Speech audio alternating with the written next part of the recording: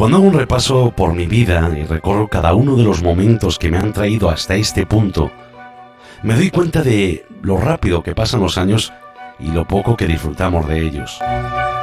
Me hago consciente de la pérdida de tiempo y de lo poco que dedicamos a vivir realmente nuestra vida. Independientemente a la edad que tengamos, si resumimos nuestra vida para contársela a alguien, nos daremos cuenta de que todo se centra en el final y pasamos por alto esos pequeños detalles que nos han servido para ocupar el lugar que ahora ocupamos. Vemos una serie o una película y nos reímos con ciertas escenas, y también lloramos, nos enfadamos e incluso pensamos: yo no haría eso. Pero no asimilamos que tal vez esa historia que estamos viendo sea muy parecida a la nuestra. Creemos que la vida en este plano es eterna y que nuestra historia formará parte de algún libro sin ser conscientes de que, con el tiempo, con el paso del tiempo, nadie se acordará de nosotros cuando nos hayamos muerto. A no ser que, orgullosos, contemos nuestra historia para que sirva de ejemplo a aquellos que todavía no la han vivido. Tal vez sea eso lo que dé sentido al tema que trataremos esta noche. Quizá la reencarnación no sea más que el conocimiento adquirido de aquellos que se han ido para siempre. Comienza Código Enigma.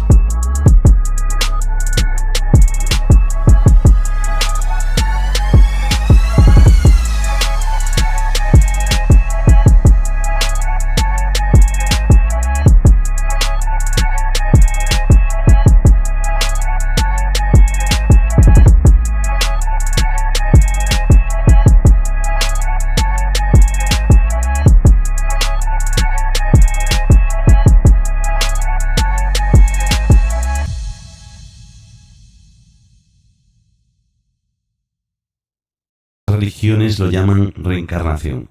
Nosotros, para hablar de la reencarnación con propiedad, lo primero que vamos a hacer es conocer su origen, el origen de esta creencia y qué es exactamente la reencarnación, Geraldine. Así es, Eduardo. Los orígenes de la noción de reencarnación son todo un misterio. La discusión del tema aparece en las tradiciones filosóficas de la India, y los presocráticos griegos también discutieron la reencarnación. Y algo que me sorprendió mientras preparaba el tema es que los druidas celtas también enseñaron una doctrina de la reencarnación. La reencarnación, también conocida como renacimiento o transmigración, es el concepto filosófico religioso de que la esencia no física de un ser vivo comienza una nueva vida en una forma física o cuerpo diferente después de la muerte biológica. Es un proceso similar planteado por algunas religiones en el que un alma vuelve a la vida en el mismo cuerpo. En la mayoría de las creencias que involucran la reencarnación, el alma se considera inmortal y lo único que se vuelve perecedero es el cuerpo. Tras la muerte, el alma se convierte en un nuevo bebé o animal para vivir de nuevo. El término de transmigración significa el paso del alma de otro cuerpo a otro después de la muerte. ¿Y qué dice la ciencia sobre esto? Pues mire, Eduardo, sigue siendo un misterio para la comunidad científica. Sin embargo, según algunos científicos de prestigio de todo el mundo, los mecanismos cuánticos permiten que la conciencia continúe existiendo después de que el cuerpo humano muere. La doctora Tucker echó un vistazo a la investigación científica de vidas pasadas de los niños y entrevistó a 2.500 que mostraban signos de reencarnación. Por ejemplo, tenían recuerdos que nunca habían experimentado o tenían cicatrices, marcas de nacimiento similares a sus supuestas vidas pasadas. Ahora, un doctor en psicología de la Universidad de Virginia dijo que la reencarnación es real, porque la conciencia es una forma de energía que existe a nivel cuántico subatómico, contenida en nuestro cuerpo. Geraldine, ¿tú estás de acuerdo con lo que dice la ciencia? Pues mira, después de todas estas investigaciones que han hecho los médicos, ¿no?, y científicos, pues claro, o sea, no encuentran alguna razón que estos niños puedan estar mintiendo. Entonces, pues los mismos médicos dicen, pues no hay otra cosa más que evidencie que sí existe la reencarnación, y que ellos tampoco lo pueden demostrar, ¿no?, que esto no exista. Claro, es que cuando tienes una prueba tan irrefutable, pues claro, ¿qué vas a decir, no? No existen ninguna máquina que pueda decir que un niño está mintiendo cuando te está dando unos datos precisos. Yo insisto en lo de precisos porque en los casos que vamos a escuchar después veremos que todos los testigos, todas las personas que dicen haberse reencarnado, no todas, bueno, que hay muchos fakes, ¿no? Pero bueno, que hay casos en los que no podríamos decir nunca que esta persona no hubiese estado en la época que él dice. Jorge, ¿tú qué piensas? ¿Que la ciencia tiene razón con lo que dice, que no tiene? La física cuántica que refiere Geraldine da explicación teórica a la existencia de las diferentes dimensiones. Como sabemos, Einstein ya había estudiado la teoría de la relatividad, el tiempo, y esta explicación dada por el actual desarrollo de la física cuántica nos permite vislumbrar de qué manera estas vidas pasadas se conectarían en un ser humano, porque se trataría de fenómenos físicos de recuperación de unos recuerdos vividos acumulados en una dimensión energética donde se sigue acumulando este conocimiento, y el espíritu, el alma, estaría recogiendo en este cuerpo físico en el que nos instalamos, en el que cada uno se encuentra instalado en esta existencia, y se recuperan estos recuerdos que están almacenados en esta otra dimensión. Se llama Bon y dice ser la reencarnación de un joven tailandés fallecido en el año 2006. Bon tiene 6 años y según sus progenitores la señal que presenta en la frente no es nada más que el recuerdo del rayo que acabó con él en su vida anterior. La reencarnación es una creencia muy extendida entre el budismo, que alcanza su máxima expresión en las zonas rurales tailandesas, como es el caso de esta pequeña aldea ubicada en la zona central del país, en donde Bon convive habitualmente con el que fuera su padre en una vida anterior. Recordar las vidas pasadas es algo normal, afirma su anterior progenitor, mientras sostiene el retrato de su vástago fallecido en una tormenta.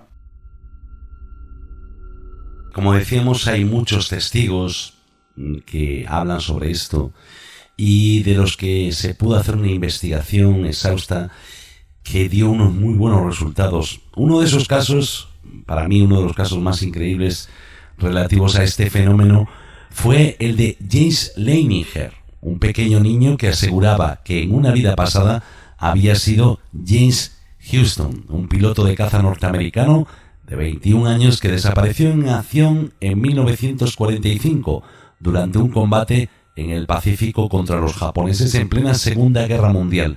Jorge, ¿cómo fue la historia de James Leininger? Eduardo, la historia nos la cuentan los papás de James, Andrea y Bruce Leininger. Andrea nos cuenta que su hijito James Leininger comenzó a tener pesadillas recurrentes a partir de los 2 años de edad. Él en las noches gritaba y su mamá tenía que despertarlo para que se recupere de esta pesadilla. Al final su mamá comienza a preguntarle, a interrogarle en qué consistían estas pesadillas, y James le cuenta lo que él ve. Él dice que ve un avión en llamas y que ve a un pequeño hombre que no podía salir. James les dice a sus papás que él recuerda haber sido un piloto de avión llamado James Houston. Es por ese motivo que la abuela de James, la mamá de Andrea, le dice a su hija que podría tratarse del caso de una vida pasada. Al principio Andrea no le toma mucha atención, no le quiere dar credibilidad a lo que su propia madre le dice, ¿no?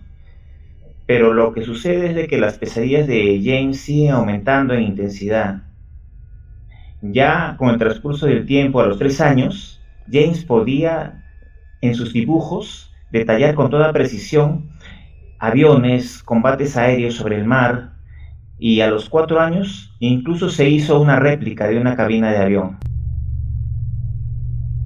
Las pesadillas de James se mantenían en las noches, él seguía sufriendo. Entonces recurren los papás Andrea y Bruce a la ayuda de una terapeuta, Carol Bowman. Esta terapeuta se había especializado en el conocimiento de vidas pasadas, es decir, ella había estudiado que los niños de corta edad, por haber tenido menos contacto con el condicionamiento cultural de la sociedad, estaban más abiertos a contar experiencias, a contar vivencias que ellos consideraban que era verdad, entre ellas la existencia de vidas pasadas. Entonces esta terapeuta les aconsejó a Andrea y Bruce que estimularan a James a que les cuente lo que él recordase. Los papás lo hicieron así y James comenzó a relatarles sucesos, datos que al papá de James, Bruce, le llamaron bastante la atención. Entre estos detalles figuraba que este piloto de caza, James Houston, había tenido un compañero en el escuadrón de aviación en el que estuvo, llamado Jack Larson. Bruce se dio la tarea de verificar la existencia de Jack Larson, y si de verdad existía, ubicar dónde vivía. Él, producto de las investigaciones, logró encontrar que efectivamente existía un Jack Larson y que vivía en Arkansas. Así que en septiembre del año 2002, Bruce va hasta Arkansas y se entrevista con Jack Larson. Jack Larson sorprende a Bruce. Le dice que efectivamente existió un piloto de caza llamado Jack Houston y que fue su compañero en el escuadrón de aviación VC-81. Quiere decir que lo que estaba contando el niño estaba coincidiendo con la historia real de ese piloto, ¿no? Exacto, eso es lo asombroso, Eduardo, porque James les dio el detalle, el nombre completo, Jack Larson, y este era un piloto de aviación de combate y existía, vivía. Y cómo podía un niño de 3 años, 4 años, recordar el nombre de una persona que había tenido actuaciones de guerra 50 años antes? Claro, y que hubiese tenido un compañero que se llamara James Houston, ¿no? Es decir, ya era mucha casualidad, ¿no? O causalidad. Exacto, entonces Bruce trató de extraerle la mayor información a este Jack Larson. Jack Larson le confirmó la existencia de James Houston, que fue un piloto de avión y que fue desaparecido en acción en marzo de 1945. Pero sobre todo le dio otro detalle más, de que James Houston tenía parientes. Le quedaba todavía una hermana viva, Ann Houston. Así que Bruce decide seguir la pista y se entrevista con la hermana de James Houston, Ann Houston, en California, en febrero del año 2003, al año siguiente. Se entrevista primero intercambian misivas. Ann le da información a Bruce, le da el relato de varias actividades que realizaba su hermano, pero sobre todo en una oportunidad le envía la foto de su hermano que se había tomado delante de un avión de caza Corsair. Y lo que resulta a Bruce sorprendente es de que su hijito James le había contado de que él tenía un avión de caza Corsair.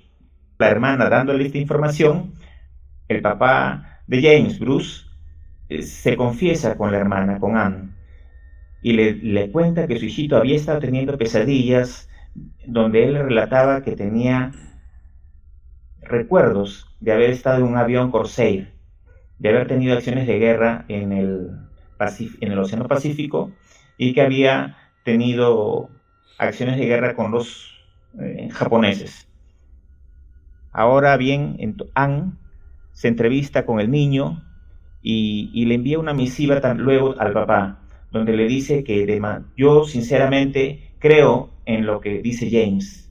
De alguna forma, ella dice que hay un fenómeno que ella no comprende de cómo ahora su hermano forma parte de James, que está en su cuerpo, y que debe haber una explicación para esto, pero que ella no lo sabe, pero le cree.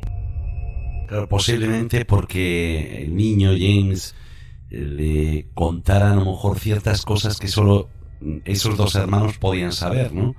Ve tú a saber lo que le contó para que ella rotundamente afirmara que era su hermano, ¿no? Que formaba parte de ese niño. Exacto, porque imagínate 50 años después que alguien diga, soy tu hermano, y que estoy dentro de este cuerpo de niño, sobre todo para la época, una mujer criada en una época menos permeable a estos cambios de paradigma en el que nosotros reconocemos la existencia de la reencarnación, por ejemplo. Entonces, tal apertura, tal de Ann, para aceptar lo que le dice James, entonces revela que efectivamente estaba convencida de que James, su hermano, seguía vivo en el cuerpo del niño James Lehninger. Son muchos los casos, y casos sorprendentes como este de James, que no es el único, hay muchísimos más, ¿no? Mientras estábamos preparando este tema, pues estamos viendo cantidad de casos similares a este, e incluso a lo mejor si caben más impactantes, ¿no? Lo que pasa es que más increíbles. Pero en el caso de James yo creo que demostró que él sí estaba viviendo, o sea, él no, quien estaba viviendo en él estaba viviendo una persona que había vivido pues 50 o 60 años atrás, ¿no? Hacía muchos años. Estamos hablando del año 2003, hace 19 años que se reunió con su hermana, con la hermana de James Houston, y que, bueno, este niño ahora pues tendrá unos 20 y pico años, ¿no? Por ahí, 24, 25 años. Aproximadamente, sí. Inclusive, cuando ya fue adolescente, James llegó a reunirse con los compañeros sobrevivientes del escuadrón de aviación de James Houston. Y todos ellos estuvieron de acuerdo en que James Leninger era James Houston, su compañero de combate. Pues posiblemente por lo mismo que con la hermana, ¿no? Porque hubiesen mantenido un diálogo y hubiese contado pequeñas anécdotas, pequeños detalles que solo sus amigos podrían reconocer, ¿no? A este señor. Y en este caso, pues, es uno de tantos, ¿no? De tantos casos que nosotros esta noche, pues, hemos querido traer al programa porque nos pareció bastante impactante para que todo el mundo lo conociera. Habrá mucha gente que lo conozca, porque la verdad es que es un caso que salió en varios medios, ¿no? Incluso hubo algún reportaje sobre esto, pero a lo mejor no con tanto detalle como lo contaste tú esta noche, Jorge. La verdad es que existen muchísimos temas y la verdad es que yo no me quiero poner en la piel de unos padres que se le acerque un hijo de tan solo 3 años y le hable de su madre, de otra mamá. Eso no es nada normal, ¿no? La historia que vamos a contar ahora es de un niño llamado Cameron Macaulay, que empezó desde muy temprano a explicar a la gente de su alrededor cómo era su otra vida, con tranquilidad y sin contradicción alguna. Relataba cómo era esa otra mamá, una mujer cariñosa de cabellos largos. Incluso algunas veces llegaba a describir también cómo era la casa en la que vivía. Según él, era lejos, muy lejos de Glasgow. Blanca, grande y cerca de un lugar donde iban y venían aviones. Geraldine, la historia de Cameron Macaulay. Así es, Eduardo. Imagina que un hijo te dice algo así, ¿no? Este caso es de un niño de 6 años, pues que empieza a relatarle a su mamá de que él recuerda un lugar en la playa, como lo que nos estabas contando, ¿no? Un lugar en la playa con una casa de color blanco que tenía un perro blanco y negro que jugaba siempre, ¿no? En la playa y que pasaban muchos aviones por ahí, ¿no? Entonces imagínate la mamá sorprendida, ¿no? Al que su hijo le esté relatando todo esto, pues decidió llamar a un especialista, ¿no? Que es el doctor Jim Tucker, ¿no? Director de la Clínica Infantil de Virginia. Claro, porque lo primero que tú piensas es, mi hijo le ocurre algo que no es muy normal, ¿no? Que de repente empieza a decir que tiene otra mamá, que tiene otra familia, que vive en otro lugar. Claro, no era normal. ¿Y dijo el nombre del lugar o no? Claro, sí, dijo que era en Barra, en Escocia. O sea, que estamos hablando de 2 lugares muy alejados, o sea, que realmente era muy, muy lejos, como él decía, ¿no? Él vive en Glasgow, en Inglaterra, y Escocia, pues está bastante alejado. Bastante alejado, exactamente. Es por eso que la mamá se sorprende, ¿no? Entonces, bueno, va a este médico y conversan y le dice de que tenemos que ir a ese lugar, ¿no? Porque además que la mamá sentía que el niño sufría mucho, ¿no?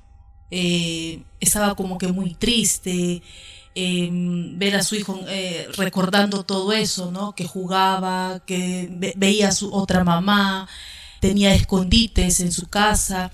Sí, pero porque a ver, yo me imagino que el niño estaba triste porque recordaba esa vida pasada y echaba de menos, ¿no? A esas personas que habían formado parte de su vida. Exacto, así es, Eduardo. ¿Y qué hace la madre? Bueno, allá van, ¿no? El doctor y la madre, ¿no? Se trasladan allá, ¿no? A Barra. Exactamente.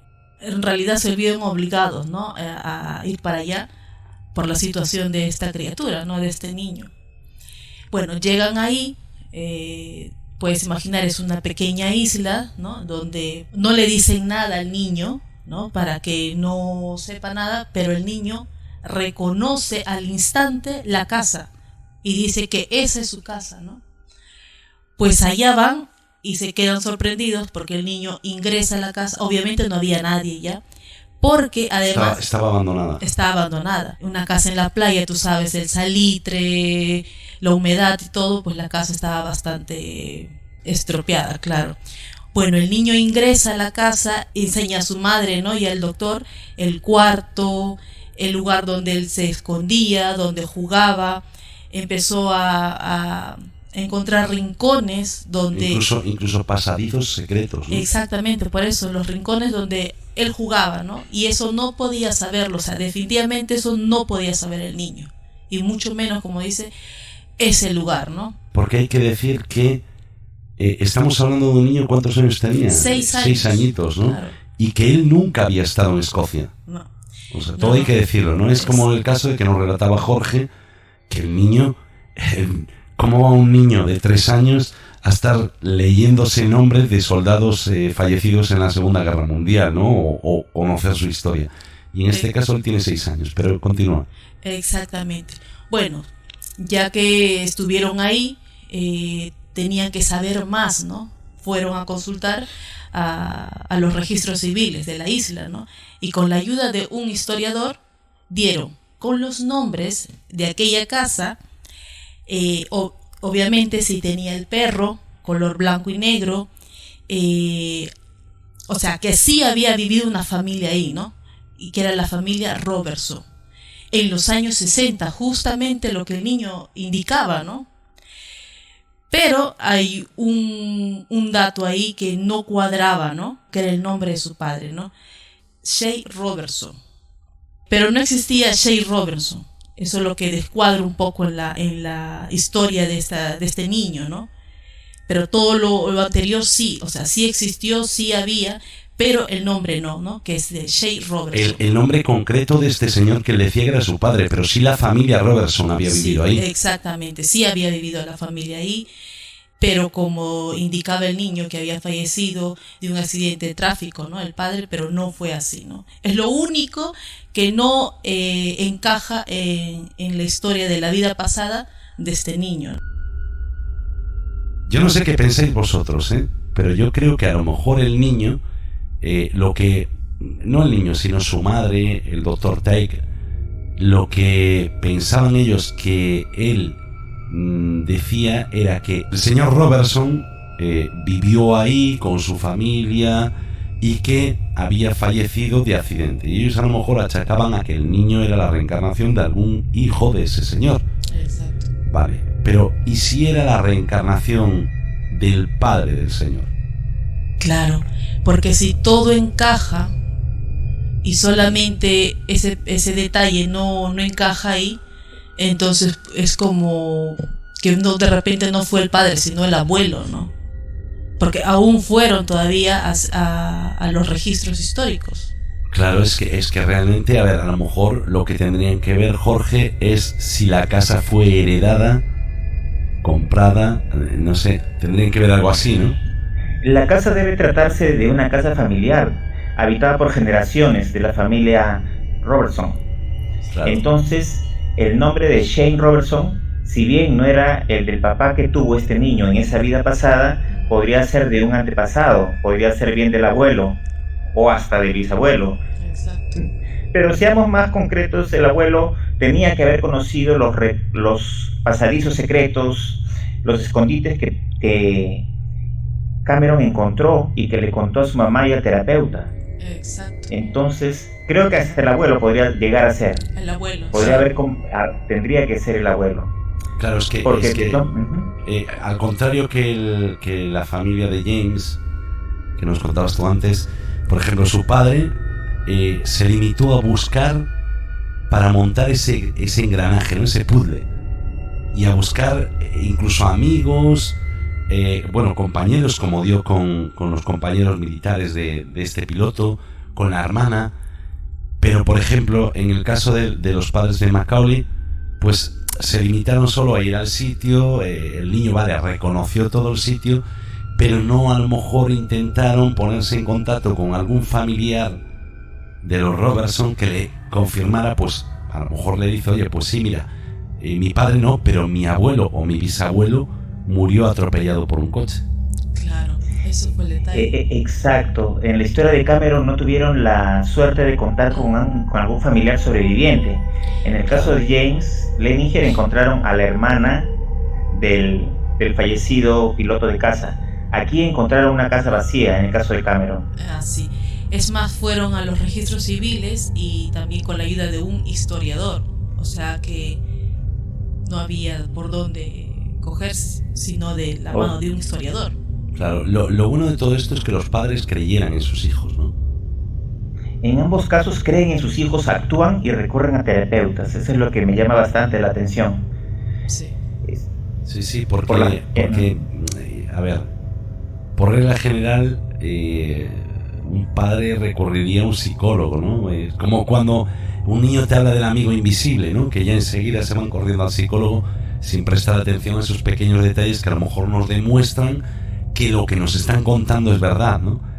Y en este caso, pues ambas familias recurren a un terapeuta que sí cree en todo esto, y el terapeuta, oye, pues mira, en el caso de Macaulay, por ejemplo, incluso un doctor, un doctor prestigioso, pues dice, oye, pues mira, yo me voy con vosotros porque yo quiero saber si lo que cuenta el niño es verdad, ¿no?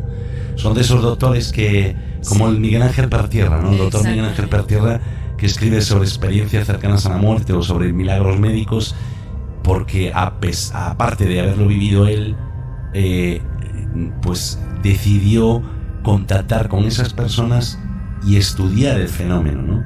Y claro, tienes que estar con el testimonio ahí en persona para saber si lo que dice es verdad o es mentira, ¿no? Nos vamos a ir ahora a Inglaterra, vamos a quedarnos cerquita, bueno, en Inglaterra, que es de donde vivía Macaulay, hablando de un hombre llamado Peter Hume, que comenzó a tener sueños muy concretos sobre la vida de un guardia de la frontera escocesa, también nos vamos a Escocia, en el año 1646. En sus sueños, él era un soldado de infantería del ejército de Cromwell, y su nombre era John Raphael. Después de someterse a un tratamiento por hipnosis, Hume recordó más detalles y lugares, y tiempo después comenzó a visitar los lugares que había recordado con su hermano. Es decir, este hombre agarró su coche y dijo, me voy a recorrer, voy a ir a todos esos lugares que yo conozco de mis sueños. Con la ayuda de un historiador del pueblo en Culstock, Hume logra identificar de manera positiva los detalles sobre una iglesia que él solo había visto en sueños. Sin haber estado allí anteriormente, Hume pudo decirle al historiador que la iglesia solía tener una torre con un tejo que crecía en ella. Como se trataba de un dato conocido por muy pocos, el historiador no pudo evitar sentir sorpresa cuando Hume se lo dijo. La torre de la iglesia había sido derribada en 1676 en los registros locales, y ahí estaba escrito. Se descubrió que John Raphael se había casado en esa iglesia con el mismo nombre, con el mismo nombre. Se había casado en esa iglesia cuando se fue al registro de histórico. Son casos que a mí me sorprenden muchísimo porque hacen que, a ver, independientemente de que yo soy sincero, ¿no? Yo no sé si se llama reencarnación o si podemos, de alguna manera, esas energías, ¿no? Cuando nos vamos, cuando nos morimos, como decía Geraldine antes, ¿no? Al principio, que decía, bueno, nuestro cuerpo se queda aquí, eso es obvio, y nuestra energía se transforma. Nosotros, la energía no desaparece, solo se transforma. Y que esa energía de alguna forma o de alguna manera, como es información, porque realmente la energía es información, cuando un niño nace, esa información se queda en su cerebro. No sé cómo, a lo mejor de alguna forma cuántica. La cuántica tendrá la explicación el día de mañana, ¿no? Pero a lo mejor, imaginaos, ¿no? Que esa información se queda en uno de nosotros. Y entonces, con esa información, de vez en cuando hay una especie de cruce de informaciones, y entonces se mezclarían las dos vidas. La vida de Jorge o de Geraldine o de Eduardo, y la vida, pues, de un señor que vive en Londres, de una señora que vivió en Nueva York y de un señor que vive en Japón, ¿no? Eso sería posible. ¿Sería posible? No, digo que sería una teoría, vamos, una hipótesis.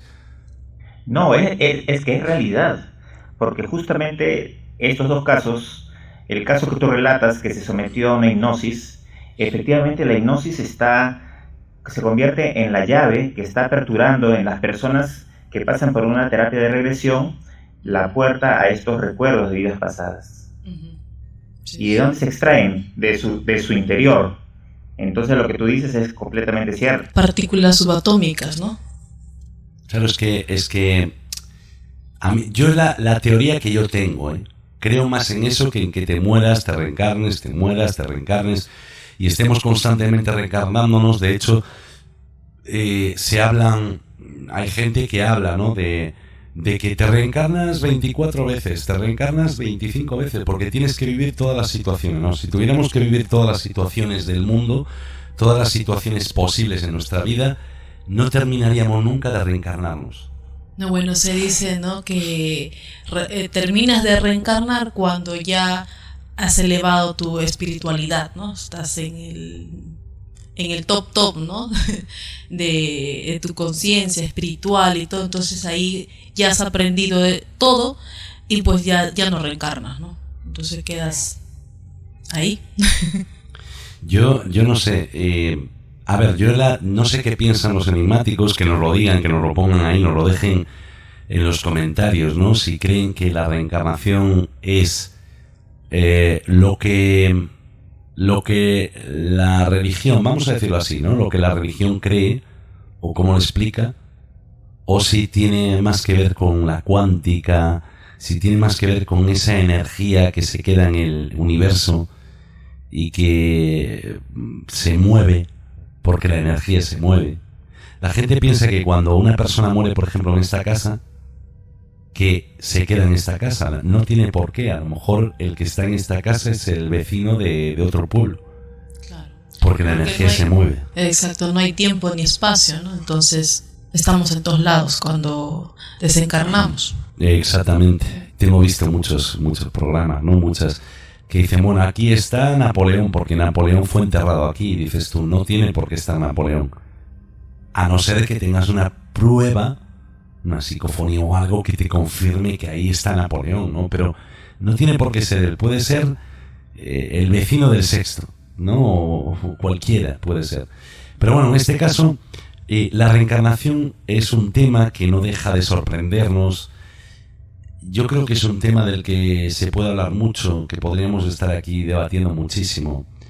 Y yo recuerdo, Jorge a lo mejor no lo sabe, porque tú lo descubriste aquí, que hubo un niño aquí en España que fue considerado la reencarnación de un venerado lama budista y que se pasó toda su infancia en un templo budista. Lo vinieron a buscar a España, a Granada concretamente, y bueno, se lo llevaron con permiso de los padres, obviamente. Y había una de las pruebas que sorprendió mucho a los monjes, ¿no? Cuando le pusieron muchísimos objetos delante al niño y le dijeron, ¿cuál es tu preferido? Y el niño, estamos hablando de un niño de meses, el niño se levantó, agarró un objeto y se lo enseñó a todos. Y ese objeto era el objeto preferido del lama. Hay un reportaje muy chulo que dura aproximadamente 1 hora, sí, que habla sobre la vida de él, e incluso se pueden ver imágenes de él cuando era niño, cuando se lo llevaron, el tiempo que estuvo allí, las enseñanzas. Estaba incluso horas y horas y horas solo meditando, siendo un bebé de apenas 1 o 2 años. Estaba meditando en una habitación durante horas, como si fuera un ancianito. Y a este niño lama, se llamaba Osel Ita Torres. Y yo os recomiendo a todos que miréis el reportaje.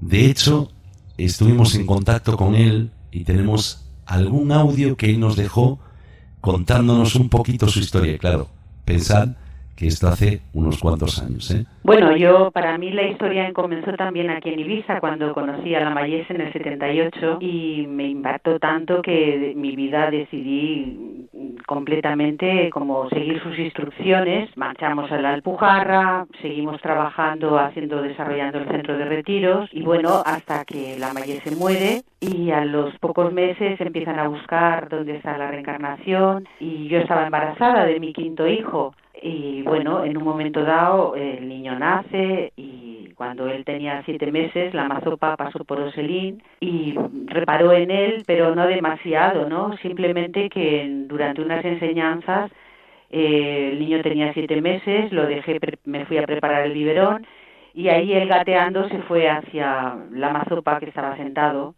como una especie de trono, y el niño sobre los cojines iba gateando, y la mazopa reconoció la misma visión que él había tenido en el sueño, cuando él sintió que la Mayese volvía otra vez y que había nacido. Entonces, bueno, a partir de ahí, él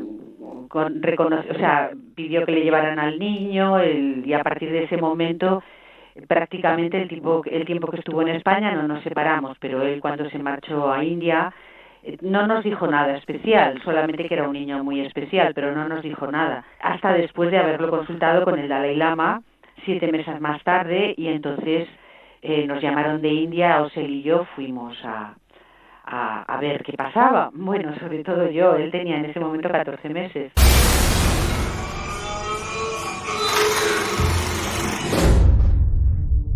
¿Cree usted en el mal?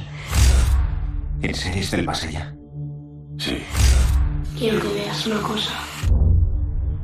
Hay referencias en todas las culturas. Algunas creían que se alimentaba de corromper a inocentes. Mi primer recuerdo creo que son cuando tenía unos 2 años y medio, 3 años por ahí. Pero realmente no era muy consciente de toda la situación de fuera, digamos, ¿no? Para mí, pues yo estaba ahí viviendo pues lo que había. Cuando somos pequeños no somos tan conscientes porque no estamos condicionados para pensar como pensamos de adultos, que yo no sé si es algo bueno o malo realmente, porque la sociedad es cierto que nos condiciona mucho, ¿no? Pero en Nepal, pues la familia entera estaba ahí hasta que creo que el gobierno chino presionó al gobierno nepalí y me tuvieron que sacar, o sea, me negaron el visado y la familia entera tuvo que irse de Nepal. A partir de ahí creo que fui por los centros de la CPMT, que es la organización que fundó la Mayese con la Mazopa, que es el discípulo principal de la Mayese en esa época. Bueno, hoy en día es el líder espiritual de la organización, que es una de las organizaciones más grandes del mundo, Gelupas, hoy en día. Gelupa es una de las 4 escuelas de budismo tibetano. Y bueno, pues entonces en esa época, hasta los 6 años, estuve yendo pues por los centros para que los discípulos de la Mayese me conociesen, etc. Hasta los 6 años, que es cuando pues entré en el monasterio oficialmente, y bueno, a partir de ahí pues fue 12, 13 años viviendo en el monasterio, estudiando y teniendo un horario bastante intensivo.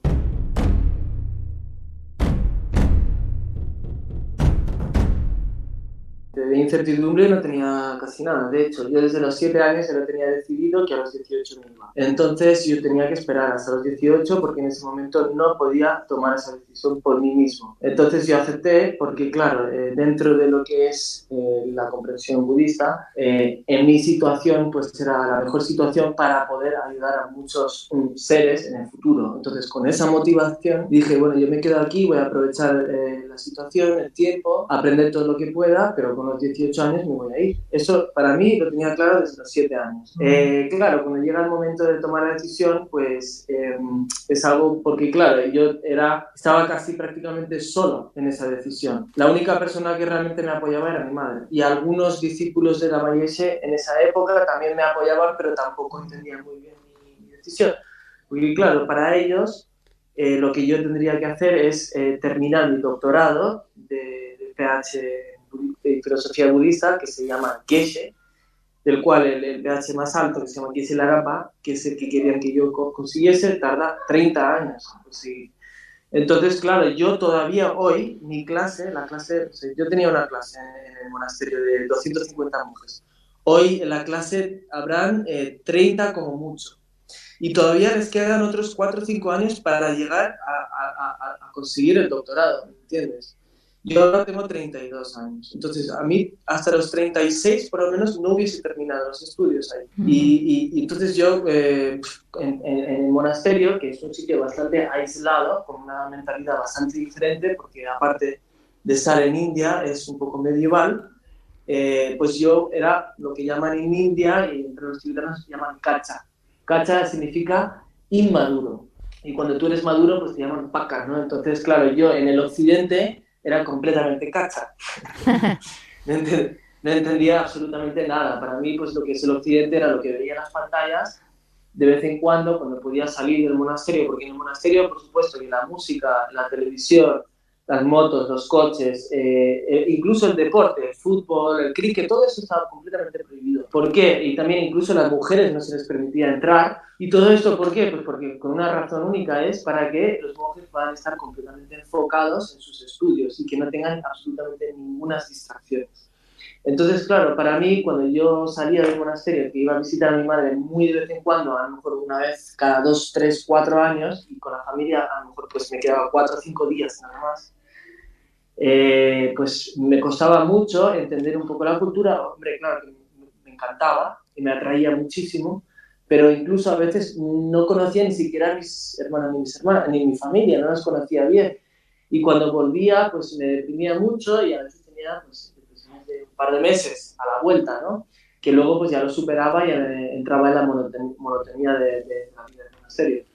Pero claro, conocía muy poco, entonces yo estaba deseando salir para poder conocer lo que es pues la cultura occidental, lo que es el mundo, lo que es... Claro, a mí me enseñaban, pues mira, todo el mundo está sufriendo, aunque mucha gente no sabe que sufre. Estamos en lo que se llama samsara, que es pues un poco el ciclo de la vida y muerte, ¿no? Y que para salir de ahí tienes que meditar, tienes que practicar, y tienes que practicar en la compasión, etcétera. Hay muchas técnicas para poder salir del samsara. Cuando tú sales del samsara, entonces es lo que llaman la iluminación. Entonces, claro, yo decía, mira, samsara me parece muy bien en la vida, pero yo no entiendo samsara. Porque para mí la vida era muy simple y no todo el mundo es feliz. Todos los monjes realmente no conocen lo que es la depresión, no lo entienden, ¿sabes? Porque ahí todo el mundo es feliz, siempre.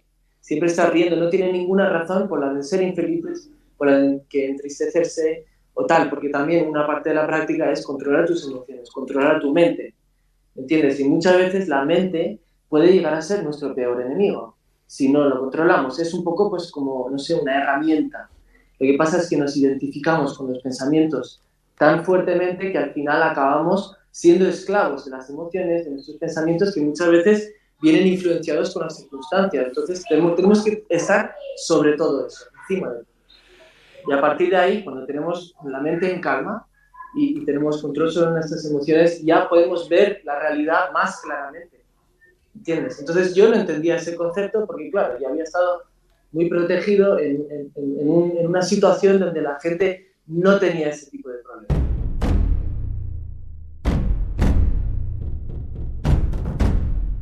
Bueno, yo más que enseñar, aprendo.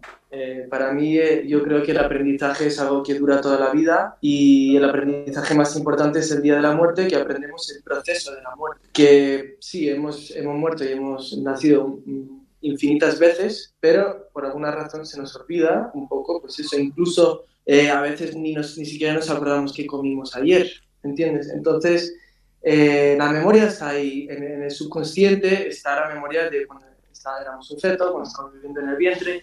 También en el subconsciente existe pues, momentos de gran trauma o momentos impactantes de otras vidas pasadas que a alguna gente pues, les sale con la hipnosis, o incluso a veces viendo imágenes de algún sitio les viene el flashback, ¿no? El déjà vu de otra vida pasada. Eso es algo común. Lo que pasa es que muchos de nosotros no hacemos el esfuerzo para poder volver ahí. En otras palabras, nosotros nos limitamos completamente por el condicionamiento de la sociedad, de las circunstancias, de todo esto. Nos limitamos y creamos una limitación de la cual no somos capaces de salir porque no creemos en nosotros mismos. Y con estas palabras vamos a poner punto y aparte al tema de esta noche, en el que hemos conocido algunos casos en los que la reencarnación es la única explicación que puede dar sentido a lo sucedido. Aunque todavía nos queda saber qué es y por qué se dan estos casos, ya que los buscadores de respuestas no podemos cruzarnos de brazos y aceptar lo primero que nos cuenten. Hoy ha quedado claro que el fenómeno existe, pero no ha quedado tan claro cuál es el motivo por el que una persona puede conocer a detalle la vida de alguien que ya no está entre nosotros. Volveremos a hablar del tema e intentaremos, junto con vosotros, descifrar la próxima semana un nuevo código enigma. Queridos enigmáticos, no existe lo desconocido, solo lo oculto.